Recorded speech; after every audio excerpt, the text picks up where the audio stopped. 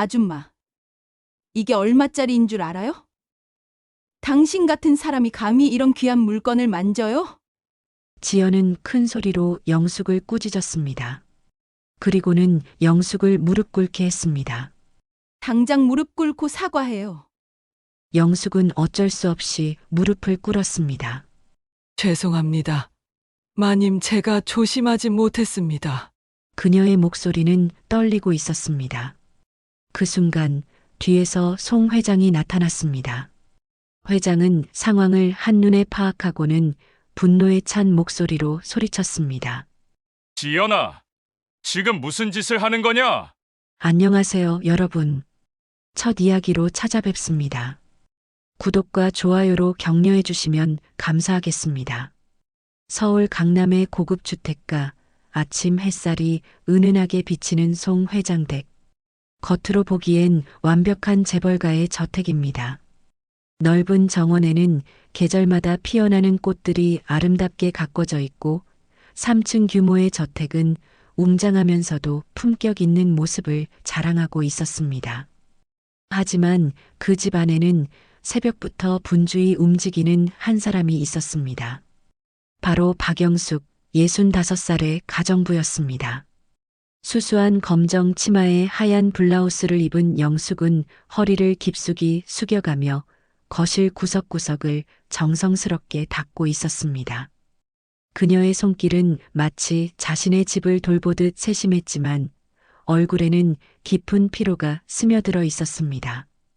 이른 새벽부터 시작된 하루 일과는 언제나 같았습니다. 마루 청소, 화장실 정리, 아침 식사 준비까지 모든 것을 혼자서 해내야 했습니다. 60대가 넘은 나이에도 불구하고 그녀의 손놀림은 여전히 빠르고 정확했습니다. 사람 인연이란 게 이렇게 얽히게 될 줄 누가 알았겠나? 하긴 내가 뭐라고. 영숙은 속으로 중얼거리며 바닥을 닦았습니다. 40년이라는 긴 세월 동안 품어온 마음속 이야기를 아무도 모르게 혼자서만 삼켜왔던 것입니다. 때로는 이 집에서 일하는 것이 운명의 장난처럼 느껴질 때도 있었지만 그런 생각을 할 때마다 스스로를 다잡곤 했습니다. 살아가려면 현실을 받아들여야 한다는 것을 너무나 잘 알고 있었으니까요. 그때 계단에서 또각또각 하이힐 소리가 들려왔습니다. 서지연, 40살의 송 회장 며느리였습니다.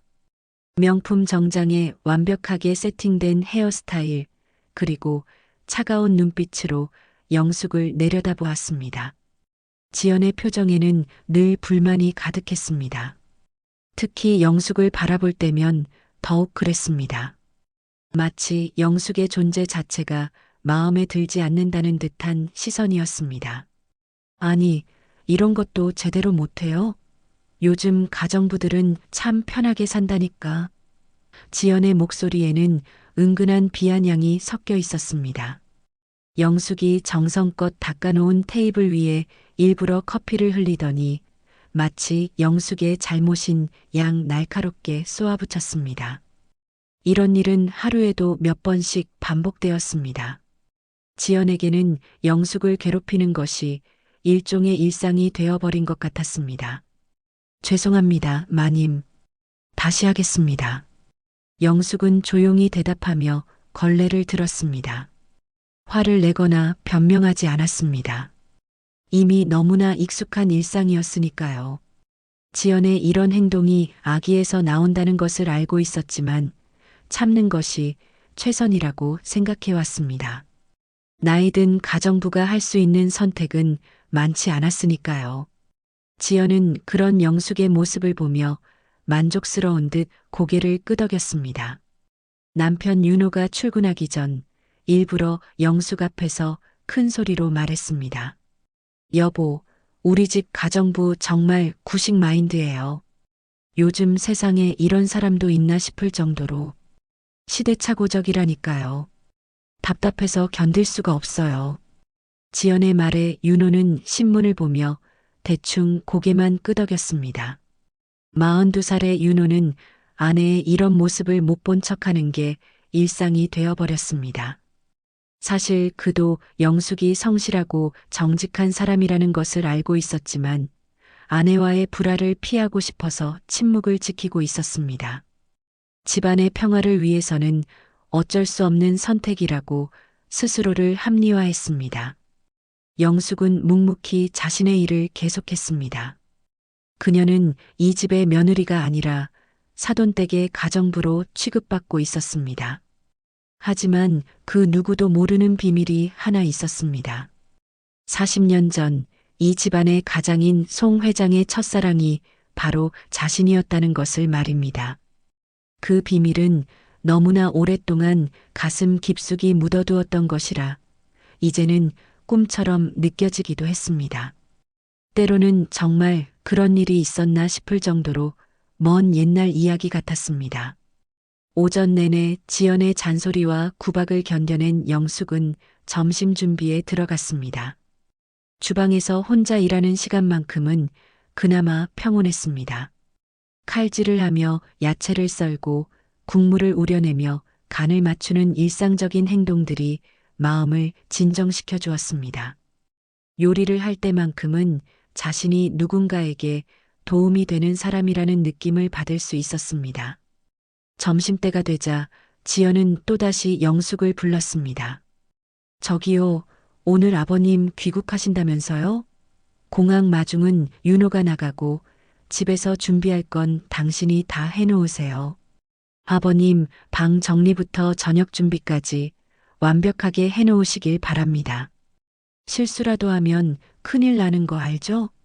명령조의 말투에는 위협까지 섞여 있었습니다. 네, 알겠습니다. 영숙은 고개를 숙였습니다. 하지만 그 순간 그녀의 눈동자에 아주 작은 흔들림이 스쳤습니다. 송 회장이 귀국한다는 소식에 마음 깊숙한 곳에서 무언가가 꿈틀거리기 시작한 것입니다. 오랫동안 잊고 살려고 노력했던 기억들이 하나둘씩 되살아나기 시작했습니다. 젊은 시절의 순수했던 사랑, 그리고 아픈 이별의 기억까지 모든 것이 선명하게 떠올랐습니다. 하루 종일 모욕 속에서 살아가는 영숙. 하지만 저녁이 되자 그녀는 주방에서 정성스럽게 음식을 준비하기 시작했습니다. 40년 전 그 사람이 좋아했던 된장찌개를, 그 사람이 즐겨 마셨던 보리차를 우려내면서 가슴 한편에서는 오래된 기억들이 되살아나고 있었습니다. 젊은 시절의 달콤했던 추억들과 함께 아픈 이별의 순간까지도 선명하게 떠올랐습니다. 이제 와서 무슨 소용인가. 영숙은 혼잣말을 중얼거렸습니다. 하지만 그녀의 손길은 여전히 정성스러웠고 마음 한편에서는 설렘과 두려움이 교차하고 있었습니다. 과연 그 사람이 자신을 알아볼까, 아니면 이미 모든 것을 잊어버렸을까 하는 복잡한 감정들이 밀려왔습니다.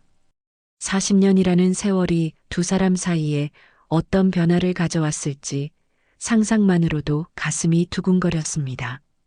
그날 밤 송 회장이 집으로 돌아올 것입니다. 그리고 영숙은 아직 모르고 있었습니다. 자신의 평범하고 고단했던 일상이 오늘부터 완전히 달라질 것이라는 사실을 말입니다. 저녁 무렵 송 회장 댁 거실에는 긴장된 공기가 감돌고 있었습니다. 해외 지사에서 오랜만에 귀국하는 송 회장을 맞이하기 위해 온 가족이 모여 있었습니다.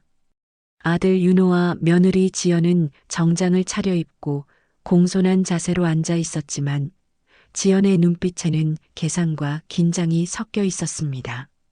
시아버지의 환심을 사야 한다는 부담감이 얼굴에 드러나고 있었습니다. 현관문이 열리면서 중후한 발걸음 소리가 들려왔습니다. 송 회장, 70살의 나이에도 불구하고 여전히 위험 있는 모습으로 집 안으로 들어섰습니다. 회색 양복의 단정한 헤어스타일, 그리고 날카로우면서도 깊이 있는 눈빛이 인상적이었습니다. 오랜 해외 생활로 인해 약간 야윈 모습이었지만 여전히 카리스마 넘치는 존재감을 뿜어내고 있었습니다. 아버지, 건강은 좀 어떠세요? 많이 바쁘셨다면서요. 윤호가 일어나 인사를 하며 물었습니다. 아버지를 향한 존경심과 함께 오랜만의 만남에 대한 반가움이 목소리에 묻어났습니다. 몸은 늙었어도 정신은 또렷하다. 그래, 집안 꼴은 어떤가? 회장의 목소리는 여전히 힘이 있었습니다. 해외에서의 바쁜 일정에도 불구하고 집안에 대한 관심을 놓지 않는 모습이었습니다. 지연은 조심스럽게 다가가 인사를 드렸습니다. 아버님, 안녕히 다녀오셨습니까? 집안일은 제가 잘 돌보고 있으니 걱정 마세요. 평소와는 다른 공손한 말투였습니다. 시아버지 앞에서만큼은 완벽한 며느리 역할을 해내려고 노력하고 있었습니다. 그때 조용히 커피를 들고 들어온 영숙의 모습이 보였습니다. 수수한 가정부 복장을 입고 고개를 숙인 채 회장 앞에 커피잔을 내밀었습니다. 그녀의 손은 살짝 떨리고 있었습니다. 40년 만에 마주하게 될 그 사람 앞에서 마음의 준비가 되어 있지 않았던 것입니다. 그 순간 송 회장의 눈동자가 크게 흔들렸습니다. 커피잔을 받으려다 말고 그는 영숙을 자세히 들여다보았습니다. 시간이 멈춘 듯한 정적이 흘렀습니다. 40년이라는 세월이 지났지만 그 얼굴만큼은 여전히 기억 속에 생생하게 남아 있었습니다. 영숙? 회장의 목소리는 속삭임처럼 작았습니다. 믿을 수 없다는 표정으로 영숙을 바라보았습니다. 꿈을 꾸는 것일까? 아니면 정말 현실일까 하는 혼란스러운 감정이 얼굴에 드러났습니다. 영숙은 천천히 고개를 들어 회장과 눈을 마주쳤습니다. 그 순간 40년 전의 기억이 두 사람 사이에 선명하게 되살아났습니다. 순천의 작은 마을에서 만났던 그 젊은 날들, 비 내리던 날 함께 걸었던 그 길들, 그리고 마지막 이별의 순간까지 모든 것이 파노라마처럼 스쳐 지나갔습니다. 하지만 그 감동적인 순간을 깨뜨린 것은 지연의 날카로운 목소리였습니다. 가정부 주제에 손이 왜 이렇게 느려요? 아버님 오신 날의 말이에요. 지연은 영숙의 느린 움직임을 트집 잡으며 큰 소리로 꾸짖었습니다. 평소처럼 영숙을 무시하고 모욕하는 것이 당연하다고 생각했습니다. 회장은 깜짝 놀라 지연을 쳐다보았습니다. 며느리가 영숙을 대하는 태도에 충격을 받은 것입니다. 그리고 영숙은 아무 말 없이 고개를 숙였습니다. 회장의 눈에는 믿을 수 없는 감정과 의문, 그리고 깊은 아픔이 겹쳐졌습니다. 설마 내가 그 박영숙인가? 이 집에서 이런 대접을 받으며 살아온 거였나? 회장은 속으로 중얼거렸습니다. 첫사랑이었던 그 사람이 자신의 집에서 가정부로 일하며 모욕을 당하고 있다는 현실을 받아들이기 어려웠습니다. 저녁 식사 시간 내내 회장은 영숙을 신경 쓰며 바라보았습니다. 영숙은 평소처럼 조용히 음식을 나르고 설거지를 하며 자신의 일을 해냈지만 회장의 시선을 느끼며 마음이 복잡했습니다. 지연은 그런 시아버지의 모습을 이상하게 여겼지만 섣불리 말을 꺼내지는 못했습니다. 그날 밤 회장은 서재로 영숙을 조용히 불렀습니다. 영숙 씨, 잠시 서재로 와주실 수 있겠습니까? 공손한 말투였지만 목소리에는 간절함이 담겨 있었습니다. 영숙은 망설였지만 결국 서재로 향했습니다. 서재 문을 닫고 난 후 두 사람은 한참 동안 말없이 서로를 바라보았습니다. 40년이라는 세월의 무게가 그 침묵 속에 담겨 있었습니다. 내가 정말 그 영숙이냐? 회장이 떨리는 목소리로 물었습니다. 내가 찾지 못했던 그 시간들이 전부 잘못이었다. 그의 목소리에는 후회와 죄책감이 가득했습니다. 영숙은 한동안 침묵하다가 낮은 목소리로 대답했습니다. 회장님, 저희는 이제 그저 남입니다. 차갑게 들릴 수 있는 말이었지만 그 속에는 40년 동안 혼자 감당해온 아픔과 체념이 담겨 있었습니다. 남이라니 어떻게 그런 말을 할 수 있나? 회장은 가슴이 미어지는 듯한 표정을 지었습니다. 내가 너를 찾아 헤맸던 그 시간들을 너는 이 집에서 이런 대접을 받으며 보낸 거였나? 영숙은 고개를 저었습니다. 과거는 과거일 뿐입니다. 저는 그저 이 집의 가정부로 살아가고 있을 뿐이에요. 하지만 그녀의 눈가에는 눈물이 맺혀 있었습니다. 두 사람 사이에는 아직 풀리지 않은 과거의 감정과 그 누구도 모르는 숨겨진 진실이 자리하고 있었습니다. 회장은 영숙의 손을 잡으려 했지만 영숙은 한 발 뒤로 물러섰습니다. 시간이 너무 많이 흘렀어요. 이제는 돌이킬 수 없는 일들이 너무 많습니다. 영숙의 목소리는 쓸쓸했습니다. 그리고 그녀는 서재를 나가며 마지막으로 말했습니다. 회장님께서는 그저 편히 쉬시기 바랍니다. 회장은 혼자 남은 서재에서 오랫동안 창밖을 바라보았습니다. 40년 전의 기억들이 밀물처럼 밀려들었고 지금까지 자신이 살아온 삶에 대한 깊은 회의가 들었습니다. 그리고 무엇보다도 영숙이 이 집에서 받았을 모욕들을 생각하니 마음이 아팠습니다. 그 밤 두 사람 모두 잠을 이루지 못했습니다. 40년 만의 재회는 예상했던 것과는 전혀 다른 모습이었고 앞으로 어떻게 해야 할지 알 수 없는 상황이었습니다. 회장과 영숙의 만남 이후 송 회장 댁의 분위기는 미묘하게 달라지기 시작했습니다. 회장은 이유 없이 가정부였던 영숙에게 말 한마디조차 따뜻하게 건네기 시작했고 그 모습을 며느리 지연은 날카로운 눈으로 포착하고 있었습니다. 평소 가정부에게는 눈길조차 주지 않던 시아버지의 변화가 심상치 않다고 느꼈습니다. 가정부가 회장님 서재에 들어가다니 그것도 혼자서? 지연은 속삭이듯 혼잣말을 했습니다. 어젯밤 영숙이 서재로 들어가는 모습을 목격한 후부터 그녀의 의심은 점점 커져갔습니다. 무언가 숨겨진 이야기가 있다는 직감이 들었습니다. 며칠 후 송 회장은 가족들에게 뜻밖의 부탁을 했습니다. 아침 식사 자리에서 차분한 목소리로 말했습니다. 이 집 관리는 영숙 씨가 잘 돌보고 있다. 앞으로 집안일은 전부 영숙 씨에게 맡기도록 하자. 회장의 목소리에는 단호함이 담겨 있었습니다. 지연은 깜짝 놀라며 반박했습니다. 예, 아버님, 그게 무슨 말씀이세요? 그 사람은 그냥 가정부일 뿐인데요. 집안의 중요한 일들을 어떻게 맡길 수가 있나요? 지연의 목소리에는 당황스러움과 함께 불만이 섞여 있었습니다. 회장은 단호하게 대답했습니다. 이 집은 내 집이다. 내가 누구를 신뢰하든 이 집에서는 내 뜻이 우선이다. 영숙 씨는 그동안 성실하게 일해왔고 나는 그런 사람을 믿는다. 회장의 말에는 어떤 반박도 허용하지 않겠다는 의지가 담겨 있었습니다.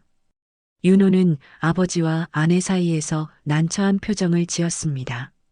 아버지, 지연이가 그런 뜻으로 말한 게 아니라. 하지만 회장은 손을 들어 아들의 말을 막았습니다. 결정된 일이다. 더 이상 논의할 필요 없다. 회장은 자리에서 일어서며 말했습니다. 그리고 영숙을 바라보며 부드럽게 말했습니다. 영숙 씨, 수고가 많으시겠지만 부탁드립니다. 영숙은 당황한 표정으로 고개를 숙였습니다. 회장님, 저는 그저 가정부일 뿐입니다. 그런 큰 책임을 맡기시면. 하지만 회장은 미소를 지으며 말했습니다. 당신이라면 충분히 할 수 있습니다. 그날 밤 지연은 남편 윤호에게 불만을 터뜨렸습니다. 침실에서 화가 난 목소리로 따졌습니다. 당신 눈치 못 챘어? 당신 아버지가 그 가정부한테 뭔 감정이 있는 거야? 평소 같으면 가정부 이름조차 기억 못 하시던 분이 갑자기 이상하잖아. 윤호는 넥타이를 풀며 한숨을 쉬었습니다. 말도 안 되는 소리 하지 마. 우리 아버지가 어떤 사람인데 가정부한테 그런 감정을 가질 리가 없어. 그냥 성실한 사람을 인정해 주시는 거겠지. 하지만 지연은 확신에 찼습니다. 아니야, 분명 뭔가 있어. 내가 느낀 그 분위기는 절대 단순한 게 아니었어. 그녀는 영숙의 뒤를 몰래 캐기 시작했습니다. 인터넷을 뒤지고 오래된 자료들을 찾아보며 단서를 찾으려 했습니다. 며칠 후 지연은 마침내 결정적인 단서를 발견했습니다. 1970년대 신문 기사 하나였습니다. 재벌가 아들과 여고생, 신분차 넘은 사랑 결국 파혼이라는 제목의 기사였습니다. 기사 속에는 흐릿한 사진 한 장이 함께 있었습니다. 지연은 화면을 확대하며 자세히 들여다보았습니다. 그리고 그 순간 그녀는 멍하니 멈춰섰습니다. 기사 속 여고생의 얼굴이 지금 집에서 일하는 영숙과 너무나 닮아 있었던 것입니다. 젊은 시절의 모습이었지만 그 눈빛과 미소는 분명히 영숙이었습니다. 이 여자가 대체 누구야? 지연은 혼잣말을 중얼거렸습니다. 모든 퍼즐이 맞춰지기 시작했습니다. 시아버지의 갑작스러운 변화, 영숙을 대하는 특별한 태도, 그리고 이 오래된 신문 기사까지 모든 것이 하나의 그림을 그려내고 있었습니다. 다음 날 지연은 가족들이 모두 보는 앞에서 고의적으로 사건을 일으켰습니다. 영숙이 귀한 도자기 찻잔에 차를 따르고 있을 때 지연은 일부러 영숙의 팔을 건드렸습니다. 찻잔이 바닥에 떨어져 산산조각이 났습니다. 아줌마, 이게 얼마짜리인 줄 알아요? 당신 같은 사람이 감히 이런 귀한 물건을 만져요? 지연은 큰 소리로 영숙을 꾸짖었습니다. 그리고는 영숙을 무릎 꿇게 했습니다. 당장 무릎 꿇고 사과해요. 영숙은 어쩔 수 없이 무릎을 꿇었습니다. 죄송합니다, 마님. 제가 조심하지 못했습니다. 그녀의 목소리는 떨리고 있었습니다. 그 순간 뒤에서 송 회장이 나타났습니다. 회장은 상황을 한눈에 파악하고는 분노에 찬 목소리로 소리쳤습니다. 지연아, 지금 무슨 짓을 하는 거냐? 회장의 목소리는 집안 전체에 울려 퍼졌습니다. 모든 가족의 시선이 회장과 영숙에게 쏠렸습니다. 윤호는 놀란 표정으로 아버지를 바라보았고 지연은 당황한 듯 뒤로 물러섰습니다. 회장은 영숙에게 다가가 그녀를 일으켜 세웠습니다. 괜찮습니까? 그의 목소리는 부드러웠지만 지연을 향한 눈빛은 차갑기 그지없었습니다. 그리고 회장은 처음으로 공개적인 선언을 했습니다. 이분은 내게 함부로 대할 사람이 아니다. 회장의 목소리에는 경고가 담겨 있었습니다. 지연은 입을 다물 수 없었습니다. 아버님, 그게 무슨 말씀이세요? 그 사람은... 하지만 회장은 손을 들어 그녀의 말을 막았습니다. 앞으로 영숙 씨를 무시하거나 모욕하는 일이 있어서는 안 된다. 이는 내 명령이다. 회장의 말은 단호했습니다. 그 순간부터 이 집안의 분위기는 완전히 바뀌었습니다. 지연은 혼란스러워했고 윤호는 아버지의 진심을 이해하려 노력했습니다. 그리고 영숙은 이 모든 상황이 부담스러워했습니다. 회장은 그날 밤 다시 한번 영숙과 대화할 기회를 만들었습니다.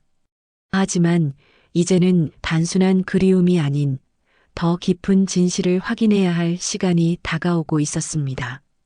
거실의 정적 속에서 송 회장의 한마디가 모든 것을 바꿔놓았습니다. 회장은 깊은 숨을 들이쉬고 마침내 오랫동안 가슴에 묻어두었던 진실을 꺼냈습니다. 이분은 내 첫사랑이었다. 회장의 목소리는 떨리고 있었습니다. 40년 동안 누구에게도 말하지 못했던 비밀을 이제야 세상에 드러내는 순간이었습니다. 지연은 충격에 말을 잃고 그 자리에 얼어붙었습니다. 윤호는 얼떨떨한 얼굴로 아버지를 바라보며 믿을 수 없다는 표정을 지었습니다. 아버지, 그게 정말이신가요? 윤호의 목소리에는 당황스러움이 가득했습니다. 단 한 사람, 영숙만이 조용히 고개를 숙인 채 그 자리를 떠나려 했습니다. 하지만 회장이 그녀의 이름을 불렀습니다. 영숙 씨, 잠시만요. 영숙은 발걸음을 멈췄지만 뒤돌아보지는 않았습니다. 너무 오래된 이야기입니다, 회장님. 영숙의 목소리는 차분했지만 그 속에는 깊은 슬픔이 담겨 있었습니다. 이제는 모든 게 지나간 일이에요. 그날 밤 1970년대의 기억이 선명하게 되살아났습니다.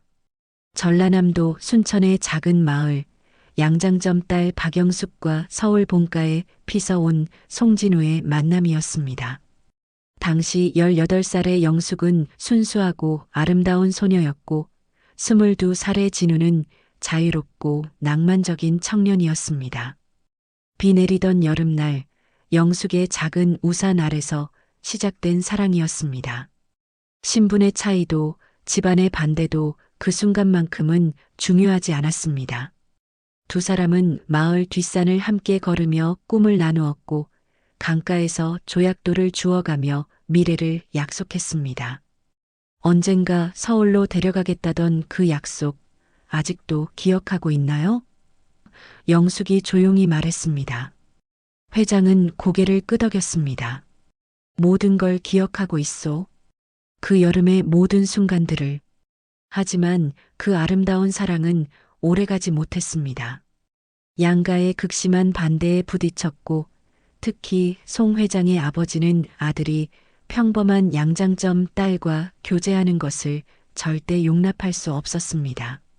재벌가의 체면이 말이 되느냐며 강하게 반대했습니다. 결국 두 사람은 아픈 이별을 해야 했습니다. 진우는 아버지의 강요로 서울로 돌아가야 했고 영숙은 홀로 순천에 남겨졌습니다. 그런데 이별 후 얼마 지나지 않아 영숙은 자신이 임신했다는 사실을 알게 되었습니다. 그 아이는 낳았나? 회장이 떨리는 목소리로 물었습니다. 이것이 그가 가장 두려워했던 질문이었습니다. 40년 동안 궁금해했지만 차마 확인할 용기가 없었던 진실이었습니다. 영숙은 한참을 침묵하다가 조용히 대답했습니다. 네, 살아있습니다. 그 한마디에 회장의 표정은 굳어졌습니다. 자신에게 아이가 있다는 사실, 그리고 그 아이를 40년 동안 책임지지 못했다는 죄책감이 밀려왔습니다. 어디에 있소? 잘 자라고 있는가? 회장의 목소리에는 간절함이 담겨 있었습니다. 영숙은 잠시 망설이다가 대답했습니다. 이 근처에서 살고 있어요. 좋은 사람으로 자랐습니다. 그 순간 지연이 몰래 그 대화를 도청하고 있다는 사실을 두 사람은 모르고 있었습니다. 지연은 문틈 사이로 귀를 기울이며 모든 대화를 듣고 있었습니다. 그녀의 얼굴에는 점점 공포의 빛이 드러나기 시작했습니다. 회장님의 숨겨진 아이가 있다고? 그럼 상속 문제는 어떻게 되는 거야? 지연의 머릿속에는 복잡한 계산이 돌아가기 시작했습니다. 만약 그 아이가 정식으로 인정받는다면 윤호와 자신의 상속분이 줄어들 수도 있다는 생각이 들었습니다. 다음 날 아침 지연은 평소보다 일찍 일어나 영숙을 찾았습니다. 영숙 씨, 어제 아버님과 무슨 이야기를 하셨나요? 지연의 목소리에는 날카로움이 섞여 있었습니다. 영숙은 당황한 표정을 지었습니다. 별다른 이야기는 없었습니다, 마님. 하지만 지연은 쉽게 물러서지 않았습니다. 정말 아무 이야기도 안 하셨다고요? 그럼 왜 아버님께서 그렇게 당신을 특별하게 대하시는 거죠? 영숙은 답변을 피하려 했지만 지연은 계속 추궁했습니다. 혹시 당신 아버님과 특별한 관계였나요? 그래서 이 집에 들어온 건가요? 지연의 의심은 점점 확신으로 바뀌어가고 있었습니다. 그때 회장이 나타났습니다.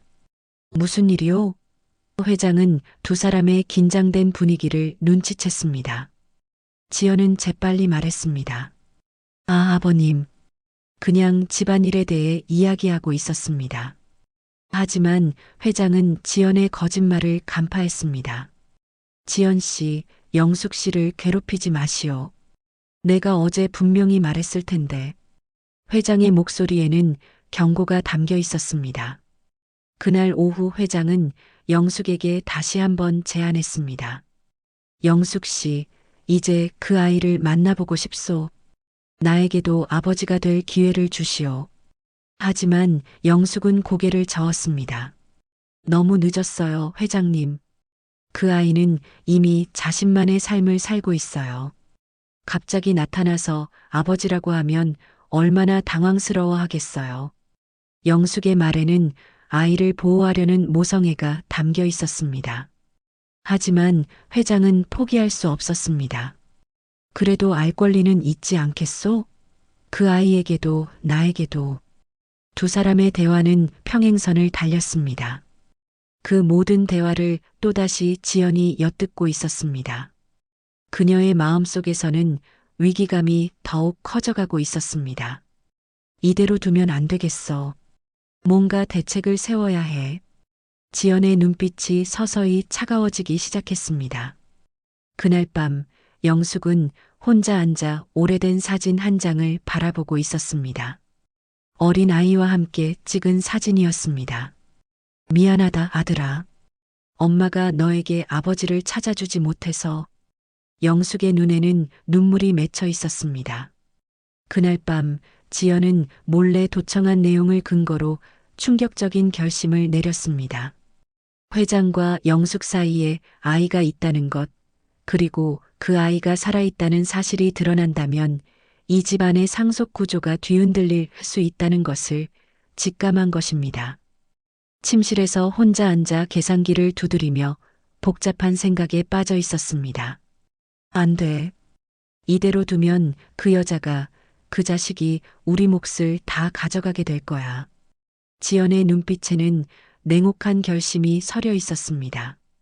평생 누려온 재벌가 며느리의 지위와 부를 지키기 위해서라면 무엇이든 할 각오가 되어 있었습니다.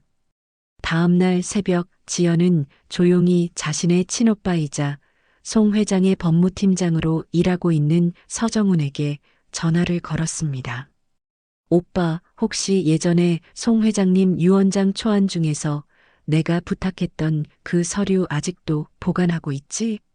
전화 너머 정훈의 목소리는 놀라움을 감추지 못했습니다. 지연아, 설마 진짜 그걸 쓰려고 하는 거냐? 그건 너무 위험한 일이야. 발각되면 우리 둘 다 끝장이라고. 지연의 목소리는 단호했습니다. 이제 선택할 때야, 오빠. 우리 가족이 먼저 살아야 하잖아. 회장님께 혹시 모를 일이 생기면 적어도 우리는 준비가 되어 있어야 해. 그녀는 오빠를 설득하기 위해 온갖 논리를 동원했습니다. 정우는 한참을 망설이다가 결국 굴복했습니다. 알겠어. 하지만 정말 조심해야 해. 이런 일은 단 한 번의 실수도 용납되지 않는다고. 형제간의 정 때문에 위험한 일에 동참하게 된 것입니다. 다음 날 아침 회장은 온 가족을 거실로 불러 모았습니다. 아들 윤호와 며느리 지연 그리고 영숙까지 모두 앉게 한 후 중대한 발표를 했습니다. 사람 하나를 찾고 싶다. 영숙 씨와 나 사이에서 태어난 아이를 말이다. 지금은 어른이 되었을 그 아이를. 윤호는 충격에 휩싸였습니다. 아버지, 정말 그런 일이 있었던 건가요? 그럼 저에게는. 그의 목소리는 떨리고 있었습니다. 갑작스럽게 형제가 생겼다는 사실을 받아들이기 어려웠습니다. 회장은 고개를 끄덕였습니다. 내가 젊었을 때 저질렀던 실수다. 하지만 이제라도 그 아이를 찾아서 아버지로서의 책임을 다하고 싶다. 그의 목소리에는 진심이 담겨 있었습니다. 그 순간 지연이 폭탄 선언을 했습니다. 그래요, 이제 다 말하죠. 사실 그 아이 이미 이 집에 와 있어요. 모든 사람의 시선이 지연에게 집중되었습니다. 영숙의 얼굴은 창백해졌습니다. 무슨 소리냐? 회장이 급하게 물었습니다. 지연은 차분하게 대답했습니다. 그 아이는 바로 김동현 비서예요. 윤호 씨, 당신 동생일 수도 있다고요. 김동현은 송 회장 댁에서 오랫동안 일해온 성실한 비서였습니다. 35살에 조용하고 신중한 성격으로 회장의 신뢰를 받고 있는 인물이었습니다. 하지만 그가 영숙의 아들이라는 사실은 아무도 몰랐습니다. 윤호는 믿을 수 없다는 표정을 지었습니다. 뭐라고? 그 조용한 김 비서가 내 동생이라고? 말도 안 돼. 그의 목소리에는 당황함과 함께 복잡한 감정이 섞여 있었습니다. 영숙은 더 이상 숨길 수 없다는 것을 깨달았습니다. 네, 맞습니다. 동현이는 제 아들이에요. 그녀의 목소리는 떨리고 있었습니다. 하지만 그 아이는 아무것도 모르고 있어요. 회장은 충격에 빠져 말을 잇지 못했습니다. 자신이 그토록 찾던 아들이 바로 곁에서 일하고 있었다는 사실이 믿어지지 않았습니다. 그럼 동현이가 내 아들이란 말이요? 그의 목소리는 간신히 들릴 정도로 작았습니다. 지연은 여기서 그치지 않았습니다. 마지막 카드를 꺼낸 것입니다. 그리고요, 회장님. 당신이 치매 초기 진단을 받으신 거 우리 이미 알고 있었어요. 이 말은 완전한 거짓말이었지만 지연은 회장을 흔들어 놓기 위해 과감하게 내뱉었습니다. 회장은 그 말에 크게 동요했습니다. 무슨 소리냐? 나는 멀쩡하다. 하지만 지연의 확신에 찬 말투에 자신조차 의심하기 시작했습니다. 혹시 자신이 모르는 사이에 병이 진행된 것은 아닐까 하는 불안감이 밀려왔습니다. 윤호는 분노와 배신감에 고함을 질렀습니다. 지연아, 내가 지금 뭘 하고 있는 거야? 왜 이런 말을 하는 거야? 아내의 갑작스러운 폭로에 당황스러워했습니다. 지연은 냉정하게 대답했습니다. 이제 모든 진실을 알 때가 됐다고 생각해서요. 더 이상 거짓말 속에서 살 수는 없잖아요. 그녀의 목소리에는 계산된 차가움이 담겨 있었습니다. 영숙은 조용히 일어섰습니다. 모든 게 제 잘못입니다. 제가 이 집에서 나가겠습니다. 하지만 회장이 그녀를 붙잡았습니다. 아니요, 당신 잘못이 아니야. 모든 게 내 책임이요. 그때 집 밖에서 차 소리가 들렸습니다. 김동현이 업무를 마치고 돌아온 것입니다. 평소처럼 조용히 현관문을 여는 소리가 들렸지만 거실의 분위기는 평소와 전혀 달랐습니다. 동현은 거실로 들어서자마자 이상한 분위기를 감지했습니다. 무슨 일이 있으신가요? 그의 목소리는 평상시처럼 차분했지만 모든 사람이 자신을 바라보고 있다는 것을 느꼈습니다. 회장은 떨리는 목소리로 말했습니다. 동현아, 내가 알아야 할 이야기가 있다. 그 순간부터 김동현의 평범했던 삶도 완전히 달라지게 될 것이었습니다. 모든 것이 무너졌습니다. 사랑도, 가문도, 믿음도 한순간에 산산조각이 나버렸습니다. 그리고 이제 남은 것은 진실과 마주할 용기뿐이었습니다. 하지만 그 진실이 이 가족에게 구원을 가져다 줄지 아니면 더 큰 파멸을 불러올지는 아무도 알 수 없었습니다. 지연의 폭로로 시작된 이 밤은 송 회장 가족 모두에게 돌이킬 수 없는 변화를 가져다 주었습니다. 그리고 이제 모든 사람이 선택해야 할 시간이 다가오고 있었습니다. 집안은 냉랭한 침묵에 휩싸였습니다. 회장은 충격으로 인해 병상에 누워 있었고 윤호는 모든 것을 받아들이기 힘들어하며 집을 나간 상태였습니다. 지연의 폭로 이후 이 집에는 어둠만이 짙게 드리워져 있었습니다. 평소 활기찼던 저택은 이제 무덤처럼 조용했습니다. 하루하루가 견디기 어려운 시간의 연속이었습니다. 그 사이 김동현은 자신이 영숙의 아들이자 회장의 아들이라는 충격적인 사실을 알게 되었습니다. 서재에 혼자 앉아 멍하니 창밖을 바라보며 혼잣말을 중얼거렸습니다. 그럼 내가 그 사람의 아들이라고? 내가 평생 섬기던 사람이 내 아버지였다고? 믿을 수 없는 현실이 그를 짓누르고 있었습니다.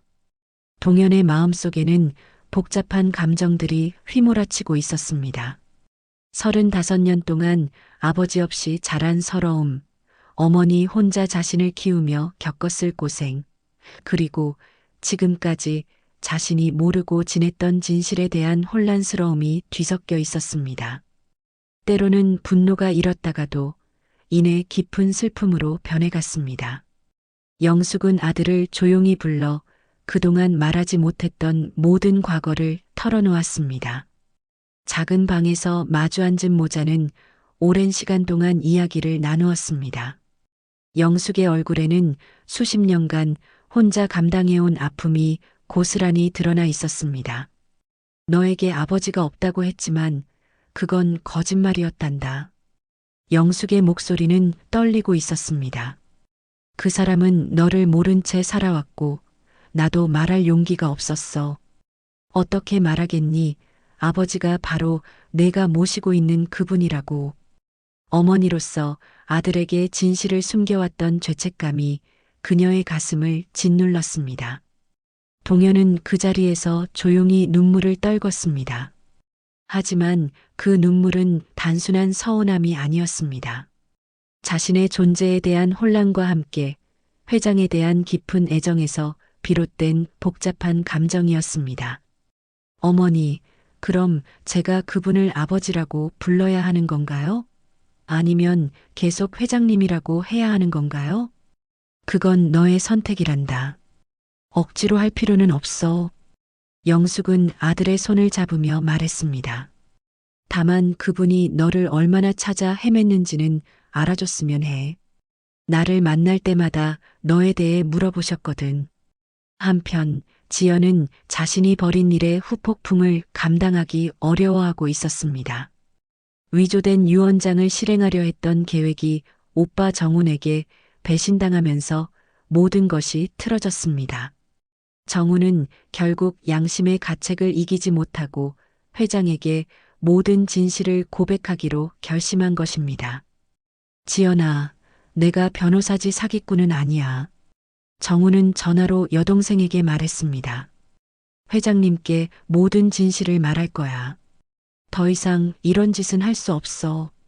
우리가 너무 선을 넘었다. 그의 목소리에는 단호함이 담겨 있었습니다. 지연은 패닉 상태에 빠졌습니다. 오빠, 그럼 우리는 어떻게 되는 거야?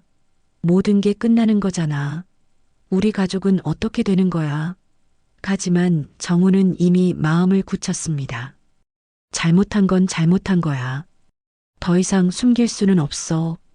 이게 맞는 길이야. 그 사실을 알게 된 지연은 결국 무릎을 꿇고 영숙을 찾아갔습니다. 평소 당당했던 모습은 온데간데없고 초라한 모습으로 영숙 앞에 섰습니다. 제가 잘못했어요. 당신이 누구였든 그건 제가 판단할 몫이 아니었는데 함부로 했어요.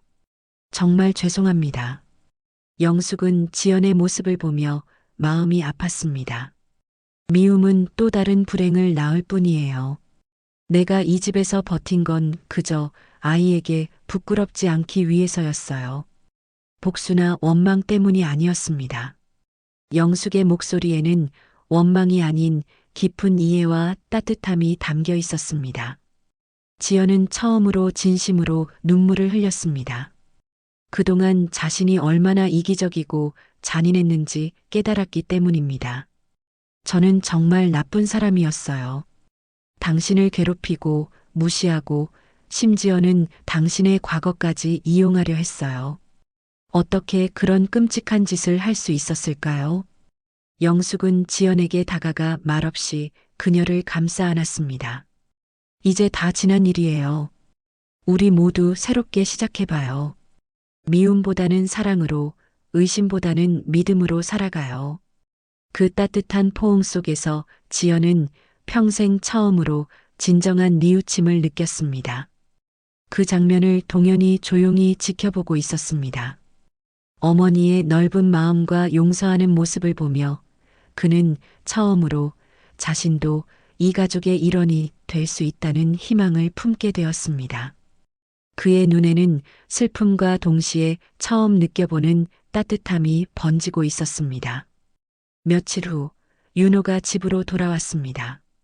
그는 며칠간 혼자 생각할 시간을 가진 후 모든 것을 받아들이기로 결심했습니다. 아버지, 그리고 동현이 형. 윤호는 처음으로 동현을 형이라고 불렀습니다. 그 한마디에는 받아들임과 인정이 담겨 있었습니다. 동현은 당황했습니다. 윤호 씨, 저는 그냥 비서로 지내면 됩니다. 하지만 윤호는 고개를 저었습니다. 아니야, 우리는 형제야. 혈연으로든 아니든 이제 진짜 가족이야. 그게 아버지가 원하시는 일이고 나도 그렇게 생각해. 회장도 서서히 회복되기 시작했습니다. 침대에서 일어나 동현을 불렀습니다. 동현아, 아니 아들아. 그 한마디에 동현의 눈에는 눈물이 고였습니다. 35년 만에 처음 들어보는 아버지의 부름이었습니다. 아버지. 동현은 떨리는 목소리로 대답했습니다. 그 순간 회장은 아들을 꼭 껴안았습니다. 미안하다, 아들아. 아버지가 너무 늦었구나. 너를 이렇게 오랫동안 혼자 두게 해서. 영숙은 그 모습을 보며 조용히 미소를 지었습니다. 40년 동안 가슴에 묻어두었던 아픔이 조금씩 치유되는 느낌이었습니다. 비록 늦었지만 진실이 밝혀지고 가족들이 서로를 이해하기 시작하는 모습이 그녀에게는 가장 큰 위로가 되었습니다. 집안의 분위기가 조금씩 바뀌기 시작했습니다. 진실이 드러난 후 오히려 모든 사람들이 서로를 더 깊이 이해하게 되었습니다. 상처는 아직 남아 있었지만 용서와 사랑으로 그 상처들을 치유해 나가기 시작한 것입니다. 회장은 병상에서 다시 일어났습니다. 몸은 약해졌지만 마음속 결심만큼은 누구보다 단단했습니다. 며칠간의 충격과 혼란을 거치며 그는 자신의 남은 인생에서 가장 중요한 것이 무엇인지 깨달았습니다. 이제 더 이상 과거의 실수를 되풀이해서는 안 된다는 확신이 들었습니다. 그는 가족 모두를 거실로 불렀습니다. 오늘 이 자리에서 내 진심을 밝히겠다. 회장의 목소리는 여전히 위엄이 있었지만 그 속에는 지금까지 느껴보지 못했던 따뜻함이 담겨 있었습니다. 윤호, 지연, 영숙, 동현 모두가 긴장한 눈빛으로 앉아 있었습니다. 각자의 마음속에는 복잡한 감정들이 교차하고 있었습니다. 지연은 불안해했고 윤호는 걱정스러워했으며 영숙과 동현은 조용히 회장의 말을 기다렸습니다. 나는 사랑을 버린 죄인이다. 회장이 무겁게 입을 열었습니다. 사람들이 내게 남긴 유산은 많았지만 내가 지켜야 했던 한 사람은 등 뒤에 남겨뒀다. 그것이 내 인생 최대의 실수였다. 그의 목소리에는 깊은 후회가 묻어났습니다. 회장은 영숙을 바라보며 계속 말했습니다. 이 여인은 내 인생의 첫사랑이자 이 집안이 절대 모셔야 할 사람이다. 나는 지금까지 그분을 가정부로 대접받게 했지만 이제는 달라져야 한다. 그의 눈에는 진심이 가득했습니다. 지연과 윤호는 조용히 고개를 숙였습니다. 더 이상 반박할 말도 변명할 여지도 없었습니다. 회장의 진정성이 그들의 마음을 움직였습니다. 그리고 김동현. 회장이 동현을 바라보며 말했습니다. 동현은 일어서려다 망설였습니다. 아직도 회장을 아버지라고 부르는 것이 어색했기 때문입니다. 너는 내 아들이다. 회장의 선언에 동현의 가슴이 뛰기 시작했습니다. 혈연만이 가족을 만드는 게 아니라 생각했지만 이제 와서야 알겠다. 피는 무시할 수 없다는 것을. 그리고 무엇보다 너는 내가 사랑하는 사람의 아들이다. 동현은 잠시 침묵했다가 조심스럽게 입을 열었습니다. 저는 아무것도 바라지 않습니다. 그저 어머니가 더 이상 무시당하지 않기를 바랄 뿐입니다. 그의 말에는 어머니를 향한 깊은 사랑이 담겨 있었습니다. 그 말에 영숙은 처음으로 동현의 손을 잡았습니다. 그 옆에서 회장은 조용히 고개를 끄덕였습니다. 너의 그 마음씨가 바로 내 어머니를 닮은 거구나. 회장의 목소리는 부드러웠습니다. 그 순간 회장은 미리 불러둔 변호사를 불렀습니다. 내 새로운 유언장을 작성하겠다. 모든 사람이 긴장했습니다. 회장이 어떤 결정을 내릴지 아무도 예상할 수 없었습니다. 이 집안의 모든 실권은 내가 살아있는 동안 박영숙 여사에게 맡기겠다. 회장의 선언에 모든 사람이 놀랐습니다. 특히 영숙은 당황한 표정을 지었습니다. 회장님, 그런 큰 책임을 제가 어떻게... 영숙이 사양하려 했지만 회장은 손을 들어 막았습니다. 당신만큼 이 집을 사랑하고 돌볼 수 있는 사람은 없소. 그리고 내 유산 일부는 김동현에게 공식 상속한다. 순간적인 침묵이 흘렀습니다. 하지만 이번에는 누구도 반박하지 않았습니다. 오히려 모든 사람이 이 결정이 옳다는 것을 마음속으로 인정하고 있었습니다. 지연은 눈물을 참으며 일어섰습니다. 저도 이제 받아들여야겠죠. 어머니, 아니 박 여사님.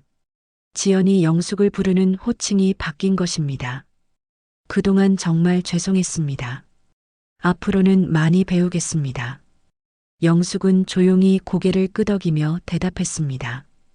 이 집안이 다시 웃는 날이 오길 바랄 뿐입니다. 우리 모두가 진정한 가족이 되었으면 좋겠어요. 그녀의 목소리에는 진심 어린 바람이 담겨 있었습니다. 윤호도 일어서서 말했습니다. 아버지, 그리고 형님. 윤호가 동현을 형님이라고 부르자 동현은 깜짝 놀랐습니다. 앞으로 잘 부탁드립니다. 우리 정말 가족이 된 거죠? 동현은 감격해서 대답했습니다. 네, 윤호 씨. 아니, 동생. 잘 부탁해. 형제 사이의 첫 인사였습니다. 그 순간 두 사람은 서로를 껴안았습니다. 회장은 그 모습을 보며 만족스러운 미소를 지었습니다. 이제야 진짜 가족 같구나. 그리고 영숙에게 다가가 말했습니다. 영숙 씨, 아니 당신. 이제 다시 시작할 수 있을까요? 영숙은 잠시 망설이다가 대답했습니다. 시간이 많이 흘렀지만 서로를 이해하며 천천히 해봐요. 더 이상 과거에 얽매이지 말고. 그녀의 말에는 용서와 희망이 담겨 있었습니다. 회장은 영숙의 손을 조심스럽게 잡았습니다. 고맙소. 이번에는 절대 놓치지 않겠소. 40년 만의 약속이었습니다. 그날 저녁 온 가족이 함께 식사를 했습니다. 오랜만에 집안의 웃음소리가 들렸습니다. 지연은 영숙을 도와 음식을 나르며 부지런히 움직였고 윤호와 동현은 형제처럼 이야기를 나누었습니다. 이제 진짜 가족이 된 것 같아요. 지연이 말했습니다. 처음엔 모든 게 어색했는데 지금은 이게 당연한 것처럼 느껴져요. 영숙은 미소를 지으며 대답했습니다. 가족은 혈연만으로 만들어지는 게 아니에요. 서로를 이해하고 사랑하는 마음으로 만들어지는 거죠. 그 말에 모든 사람이 고개를 끄덕였습니다. 회장은 모든 가족을 바라보며 말했습니다. 내 인생에서 가장 행복한 순간이야. 이제야 진정한 완성을 본 것 같다. 그의 얼굴에는 평생 처음 보는 평화로운 미소가 떠올라 있었습니다. 그날 밤 모든 사람이 만족스러운 잠자리에 들었습니다. 오랜 갈등과 오해가 풀리고 진정한 화해가 이루어진 밤이었습니다. 몇 달이 흘렀습니다. 송 회장은 요양차 지방 별장으로 내려갔고 집안의 실질적인 운영은 영숙과 동현이 맡고 있었습니다.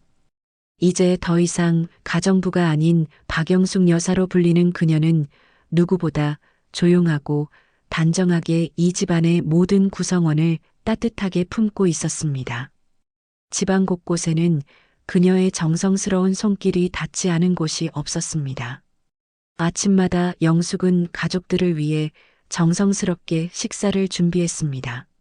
하지만 이제는 혼자가 아니었습니다. 지연이 옆에서 도우며 요리법을 배우고 있었고, 때로는 동현과 윤호도 주방에 들러 간단한 일들을 거들었습니다. 예전에 냉랭했던 분위기는 온데간데없고 따뜻한 가족의 모습이 있었습니다. 지연은 다시 회사를 나가기 시작했습니다. 하지만 예전처럼 영숙을 무시하거나 함부로 대하는 일은 완전히 사라졌습니다. 오히려 출근하기 전에는 꼭 영숙에게 인사를 드렸고, 퇴근 후에는 그날 있었던 일들을 이야기하며 조언을 구하기도 했습니다. 어머니, 오늘 회사에서 이런 일이 있었는데 어떻게 처리하는 게 좋을까요? 지연의 말투에는 진심 어린 존경이 담겨 있었습니다. 윤호는 아버지와 화해한 후 동현과 함께 새로운 사업을 시작했습니다. 두 형제는 가족재단을 설립하여 어려운 이웃들을 돕는 일에 전념하고 있었습니다. 형님, 이번 프로젝트는 어떻게 진행할까요? 윤호가 동현에게 묻는 모습은 자연스러웠습니다. 처음에는 어색했던 형제 관계도 이제는 진짜 형제처럼 편안해졌습니다. 동현은 회장의 아들로 인정받은 후에도 여전히 겸손했습니다. 우리가 하는 일이 정말 도움이 되는 일인지 늘 생각해 봐야 해요. 어머니께서 항상 말씀하시잖아요. 진정한 분은 나누는 데서 나온다고. 그의 말에 윤호는 고개를 끄덕였습니다. 어느 날 저녁 지방에 있던 회장이 영숙에게 편지를 보냈습니다. 편지 봉투를 받아든 영숙의 손은 살짝 떨렸습니다. 40년이 지난 지금도 그의 글씨를 보면 가슴이 두근거렸습니다. 편지를 펼쳐든 영숙은 천천히 내용을 읽기 시작했습니다. 영숙아, 우리는 긴 시간을 돌아왔지만 끝내 다시 만날 수 있어 다행이구나. 나는 이제야 평생을 걸쳐 찾아 헤맨 내 마음의 고향을 찾은 기분이다. 남은 삶이 길지 않아도 그 안에 내가 있다면 나는 충분하다. 편지를 읽는 영숙의 손끝이 가볍게 떨렸습니다. 눈가에 고인 눈물과 함께 잔잔한 미소가 떠올랐습니다. 인생은 참 길었다. 하지만 가장 오래 남는 건 결국 사람의 마음이었구나. 영숙은 속으로 중얼거리며 편지를 가슴에 품었습니다. 한편 집 뒤편 작은 정원에서는 동현이 아이들과 함께 텃밭을 가꾸고 있었습니다. 윤호의 아이들이 삼촌이라고 부르며 따르는 모습이 정겨웠습니다. 삼촌, 이 토마토 언제 빨갛게 될까요? 아이들의 순수한 질문에 동현은 웃으며 대답했습니다. 조금만 더 기다리면 빨갛고 맛있는 토마토가 될 거야. 지연은 그 모습을 창가에서 조용히 바라보고 있었습니다. 예전 같았으면 시댁 식구들의 화목한 모습이 부담스러웠을 텐데 이제는 따뜻하게 느껴졌습니다. 영숙이 옆으로 다가와 함께 그 모습을 바라보았습니다. 어머니, 저 이제야 알 것 같아요. 왜 그렇게 묵묵히 버티셨는지. 지연의 목소리에는 진심이 담겨 있었습니다. 처음엔 이해할 수 없었는데 지금 보니 어머니께서는 이 순간을 위해 견뎌오신 거였네요. 영숙은 지연의 등을 부드럽게 두드리며 말했습니다. 견디는 게 아니었어요. 희망을 품고 있었던 거죠. 언젠가는 모든 사람이 서로를 이해하게 될 거라는 희망을. 그녀의 목소리는 평온했습니다. 그날 저녁 식사 시간, 온 가족이 둘러앉은 식탁에는 웃음소리가 끊이지 않았습니다. 동현이 회사에서 있었던 재미있는 일을 이야기하고 윤호는 아이들의 학교 소식을 전했습니다. 지연은 새로 배운 요리 레시피에 대해 열심히 설명했습니다. 이 집이 정말 많이 변했네요. 윤호가 감회 깊게 말했습니다. 예전에는 이렇게 모여서 이야기 나누는 일이 거의 없었는데 동현이 고개를 끄덕였습니다. 맞아요. 이제야 진짜 가족 같은 느낌이 들어요. 혈연보다 더 끈끈한 정이 느껴지네요. 영숙은 모든 가족의 얼굴을 하나씩 바라보며 말했습니다. 가족이라는 건 함께 시간을 보내며 만들어지는 거예요. 서로의 아픔을 이해하고 기쁨을 나누면서 진짜 가족이 되는 거죠. 지연이 일어서서 영숙의 손을 잡았습니다. 어머니 덕분에 우리가 진짜 가족이 될 수 있었어요. 정말 감사해요. 그 순간 모든 사람의 눈에 눈물이 맺혔습니다. 며칠 후 회장이 별장에서 돌아왔습니다. 건강이 많이 좋아진 모습이었습니다. 집이 이렇게 따뜻할 줄 몰랐네요. 회장은 가족들의 변화된 모습을 보며 만족스러워했습니다. 아버지, 이제 정말 완전한 가족이 된 것 같아요. 윤호가 말했습니다. 동현도 고개를 끄덕이며 덧붙였습니다. 네, 이제 우리는 진짜 한 가족입니다. 그날 밤 영숙과 회장은 정원을 함께 거닐었습니다. 40년 전 순천에서 걸었던 그 길처럼 두 사람은 나란히 걸으며 이야기를 나누었습니다. 이제야 평안하네요. 영숙이 말했습니다. 회장은 영숙의 손을 조심스럽게 잡았습니다. 고맙소. 당신이 있어서 우리 가족이 완성될 수 있었어요. 두 사람의 얼굴에는 깊은 평화가 깃들어 있었습니다. 이 집은 바뀌었습니다. 그리고 사람들도 바뀌었습니다. 과거는 지나갔지만 그 흔적은 모든 사람을 더 나은 사람으로 만들었습니다. 사랑과 용서, 진실은 결국 모든 것을 제자리로 돌려놓았습니다. 이제 이 집에는 진정한 평화와 행복이 깃들어 있었습니다. 영숙과 회장 가족의 이야기 어떠셨나요? 진정한 사랑과 용서에 대해 다시 한번 생각해 보게 되는 시간이었습니다. 여러분도 비슷한 경험이나 느낀 점이 있으시다면 댓글로 나눠주세요. 다음 주에도 감동적인 이야기로 찾아뵙겠습니다. 구독과 알림 설정 잊지 마세요.